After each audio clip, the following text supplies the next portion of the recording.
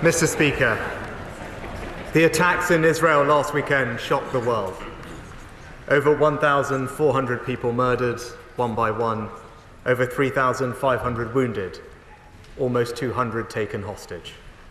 The elderly, men, women, children, babes in arms, murdered, mutilated, burned alive.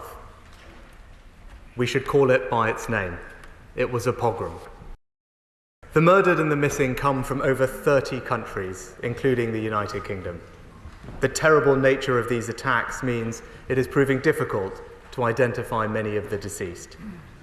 But with a heavy heart, I can inform the House that at least 6 British citizens were killed. A further 10 are missing, some of whom are feared to be among the dead.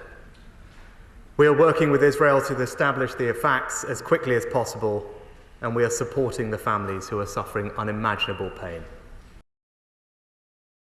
We call for the immediate release of all hostages. Yeah. And I say to them, we stand with you, we stand with Israel.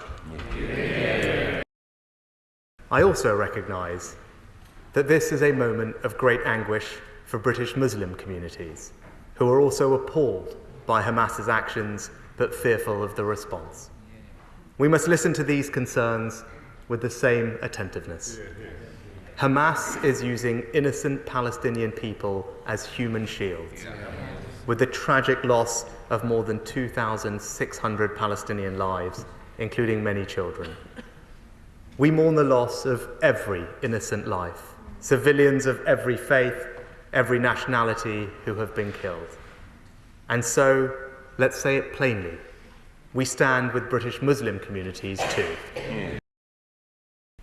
I believe we must support absolutely Israel's right to defend itself. Yeah. To go after Hamas, take back the hostages, deter further incursions, and strengthen its security for the long term.